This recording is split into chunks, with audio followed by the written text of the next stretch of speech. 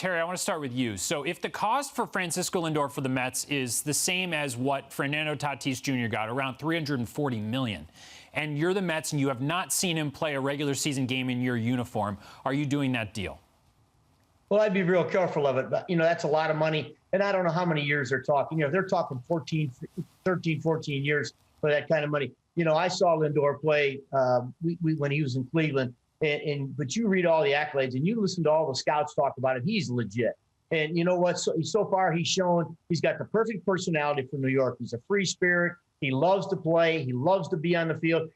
Some of the things I've seen him do and act, it reminds me of Jose Reyes. He loves to be out there. He's always smiling. Jose always had a smile on his face. And that fits in New York. When the New York City fans know you're having a good time, they enjoy it. And I think, if Lindor needs $300 million, you know what? This is a big splash in that town, and I think the Mets should do it. Terry, you heard Jim mention part of the reason that Conforto's price tag is going to be high is he's homegrown. That's not just because the team is proud that he came up in their system. It's also because he's taken a leadership role with the Mets. He's become a player rep. He clearly wants to make his mark on this franchise and on this league. Did you know when you met him as a young man that he could end up being kind of the franchise cornerstone player that he kind of views himself to be?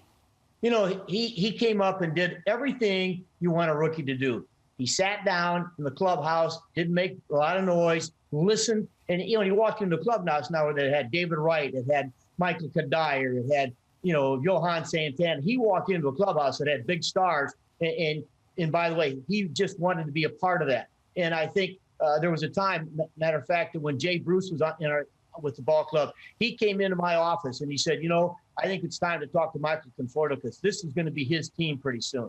And I think Michael heard what Jay had to say and has run with it. And I think Michael Conforto is going to be a Met for a long, long time. Again, he's a fan favorite. He's a team favorite. And those guys are hard to find. All right, Terry Collins, what was Bartolo really like to manage?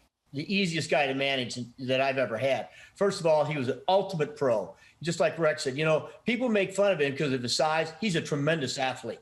He had great hands. He had great feet. He didn't like to run. I was surprised to see the running video there, and he didn't like to hit. But I will know one thing. He was a leader in the clubhouse.